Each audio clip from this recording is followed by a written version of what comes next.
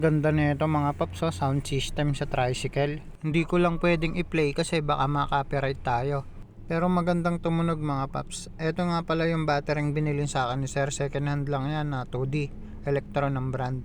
Okay na okay dito sa sound system niya mga paps. Share ko lang. Ito kasi lumang battery ni sir. Yung Trackmaster na 2D. Ayan.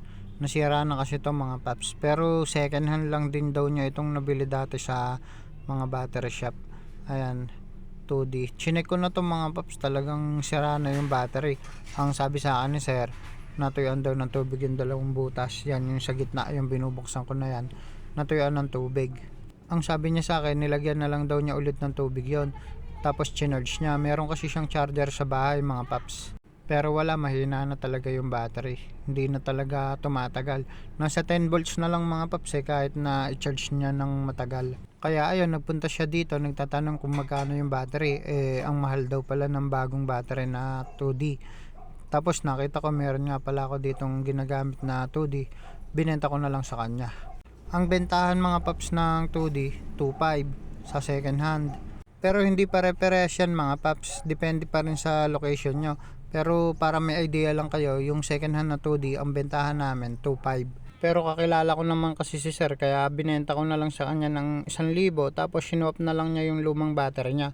Para makamura kayo mga paps, hanap na lang din kayo ng kakilala. Hehe. Eto na nga mga paps, si sir na rin yung nagkabit ng battery niya. Nag-iingat kasi siya mga paps, baka kasi magkabaligtad yung positive tsaka negative connection, masisira po yung amplifier. Ito yung sounds ni sir, ang lalaki ng speaker na nakakabit, tapos dalaway amplifier.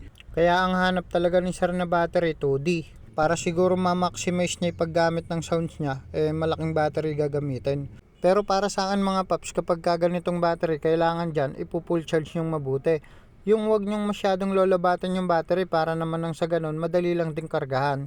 Kapag ka po kasi nalobat ng sagad yung battery, matagal yan kakargahan mga paps. Hindi makukuha ng fast charging yan.